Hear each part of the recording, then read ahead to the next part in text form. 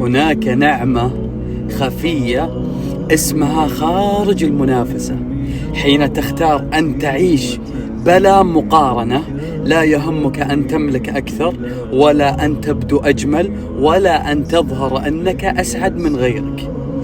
تعيش ببساطة وصدق، فتصبح حياتك أنقى وعشرتك أرقى وقلبك أهدى وأجمل. والله العظيم إذا وصلت لمرحلة في حياتك إنك ما تقارن نفسك مع غيرك بأي شيء، في رزق، في شكل، في جمال، في منصب، في حياة اجتماعية، في صداقات، في أي حاجة، والله العلي العظيم إنك تعيش إنسان سعيد من الداخل.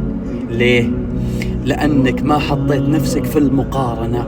ترى المقارنة صعبة جدا، صعبة، وتتعب النفس وتتعب الناس اللي حوالينك. لا تقارن نفسك بالشخص، هذا طريقة غير طريقك، هذا الله رزقه شيء، هذا الله عطاه جمال، هذا الله عطاه مال، هذا الله عطاه كذا، أنت الله عطاك شيء.